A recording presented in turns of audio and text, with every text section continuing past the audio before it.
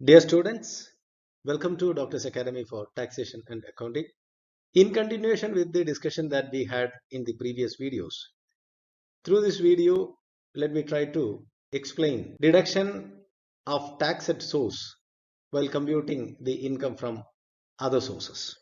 The person who is responsible for paying income by way of interest on securities shall, at the time of payment, deduct income tax at the rate in force on the of the interest payable. So while disbursing the interest on securities, the person who is responsible for paying it have to deduct tax at source. The rate in force here means the rate or rate specified for the purpose of deduction by the Finance Act of the year in which such a deduction is required to be made.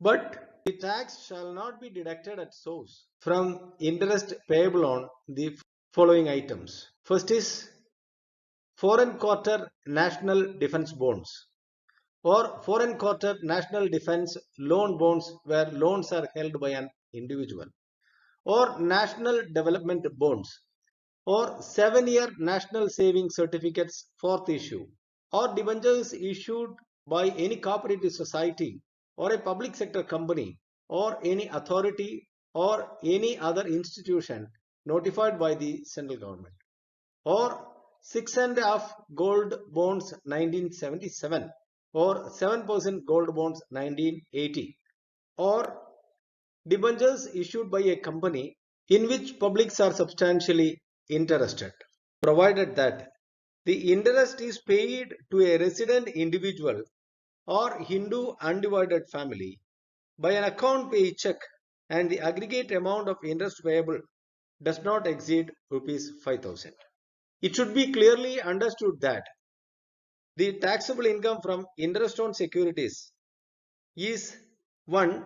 Interest received by the security holder plus the amount of income tax deducted at the source or paid by the authority responsible for paying the interest directly into the government treasury on behalf of the security holder.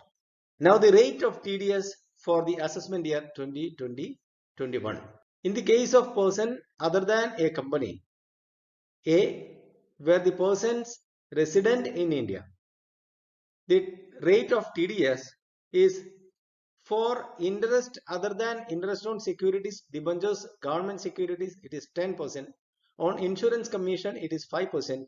Interest on any other security, including debentures of a company not listed in recognized stock exchange in India, 10%. On winning from lotteries, crossword puzzles, card games, or other games of any sort, or winning from horse races, it is 30%. Any other income, it is 10%. And remember, no surcharge or health cess or education cess will be deducted from this value. Second point, where the person not a resident in India. Point 1, in the case of non-resident Indian, on investment income, it is 20%. On long-term capital gain, as per section 115E, it is 10%. On short-term capital gain specified in section 111A, it is 15%. On long-term capital gain not referred in section 1033 or section 1036, it is 20%. And on long-term capital gain under section 112A, it is 10%. On income by way of interest payable by government, it is 20%.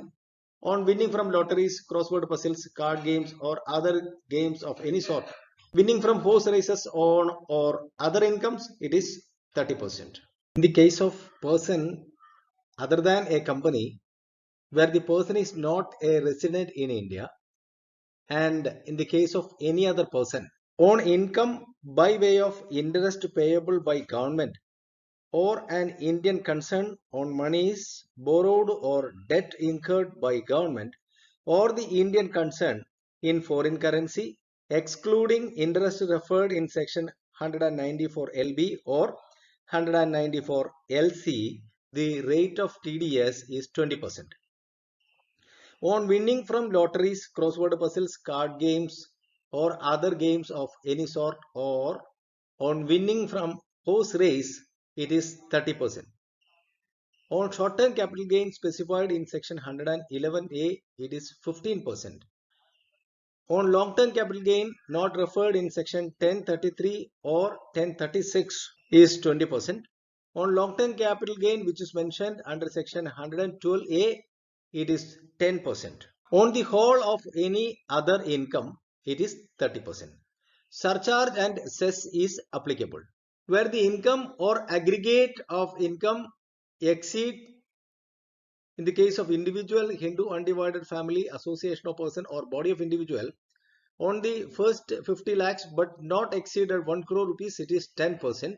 If exceeded 1 crore but not exceeded 2 crore, it is 15%.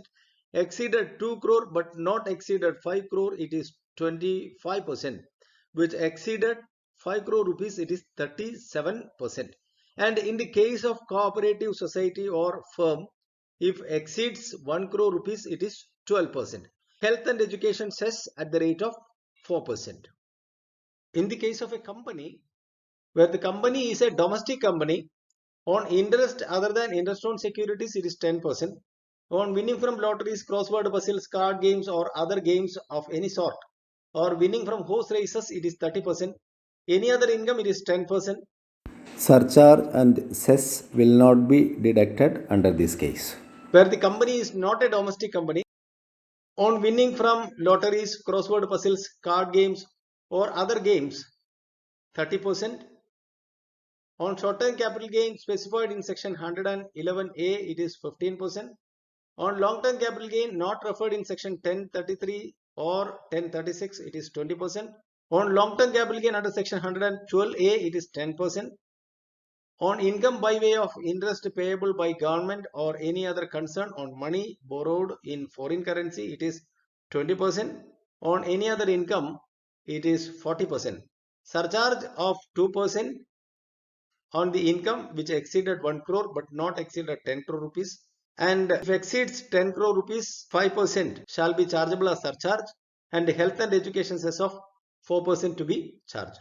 Deductions allowable under the head income from other sources as per section 57.1 is, in the case of dividend or interest on securities, any reasonable sum paid by way of commission or remuneration to a bank or any other person for the purpose of realizing such a dividend or interest on behalf of the assessee is deductible. Interest on loan taken for the purpose of investment in shares or securities will also be deductible if it is actually used for the aforesaid purpose. If the dividend is exempt under section 1034, the expenses shall not be allowed as a deduction because of the reason that the income itself exempted. Point 2 is, if employees' contribution to provident fund, etc., are treated as income of the assessee, that is employer, and it is included in his income from other sources, and the deduction of the sum credited by the employer to the employee's account in the relevant fund on or before the due date will be allowed as deduction. Third point is, in the case of income from letting of machinery, plant or furniture, with or without building, which is chargeable to tax under the head income from other sources, the deductions in respect of the following shall be allowed in the same manner as they are allowed under the head profits and gains of business or profession. Point 1 is expenditure incurred regarding current repairs of machinery, plant, furniture or building. Secondly, insurance premium paid regarding building, machinery, plant or furniture against risk of damage or destruction of the assets. And point 3, depreciation on building, machinery, plant or furniture. The next point is family pension received by widow or heirs of deceased employees. In the case of income in the nature of family pension received by the widow or heirs of deceased employee, a deduction of a sum equal to 1/3% of such income or rupees 15,000, whichever is lower, shall be considered or permitted as deduction as per section 57(2)(a). The next point is any other expenditure not being a capital expenditure or a personal expenditure of the assessee incurred wholly and exclusively for the purpose of earning such income shall be deductible. Next is from interest received on compensation or enhanced compensation. 50% of such income shall be deducted and no other deduction shall be allowed in this respect. The deduction for expenses under section 57 shall be maximum 20% of the dividend or income from units with effect from the assessment year 2021-22. The next point is section 58, that is amount not deductible. Any personal expenses of the assessee. Point 2, any interest payable under this act which is payable outside India and has been paid without deduction of tax at source or without paying tax thereon. It cannot be deducted. Any payment which is chargeable under the head salaries, if it is payable outside India and has been paid without paying tax thereon or without deducting tax deducted at source.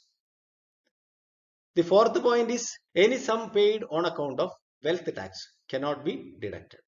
Payment to relatives and associates if the assessing officer considers it is unreasonable. Next is cash payment exceeding rupees 10,000 or rupees 35,000. Section 40A clause 3 provides for the disallowance of 100% expenditure in respect of which payment is made in a sum exceeding rupees 10,000 or 35,000 otherwise than by an account payee check on a bank or an account payee bank draft or use of electronic clearing system through a bank account or through such other prescribed electronic modes. Next is expenses or losses in connection with income from lottery, crossword puzzles, races including horse races, card games, gambling or betting of any nature shall not be deductible in computing the said income. However, this prohibition will not apply in respect of income of an assessee being the owner of horses maintained by him for running in horse races from the activity of owning and maintenance of such horses. However, deduction under sections 80C to 80U can be claimed against this income. Next point is, in the case of foreign companies, expenditure for earning royalty or technical service fees received from an Indian concern in pursuance of an agreement made after 31st March 1976 is not deductible. The next point is, in computing the income of a foreign company from dividend or interest from government or an Indian concern or money borrowed or debt incurred in foreign currency or income received in respect of units of mutual funds purchased in foreign currency, the expenses incurred in collecting the aforesaid income or any other expenditure incurred to earn such income shall not be allowed as a deduction. And the last point is expenses incurred in relation to exempted income. So these are the amounts or items not deductible from income from other sources as per section 58. So dear friends, we have covered the theory portions of other source of income. So in the next video, let us discuss the problem in this area. Hope this video is going to be useful for you. If it is, kindly share it with your friends and others in your contact. Thank you very much for watching my channel. If you have not subscribed my channel, please subscribe.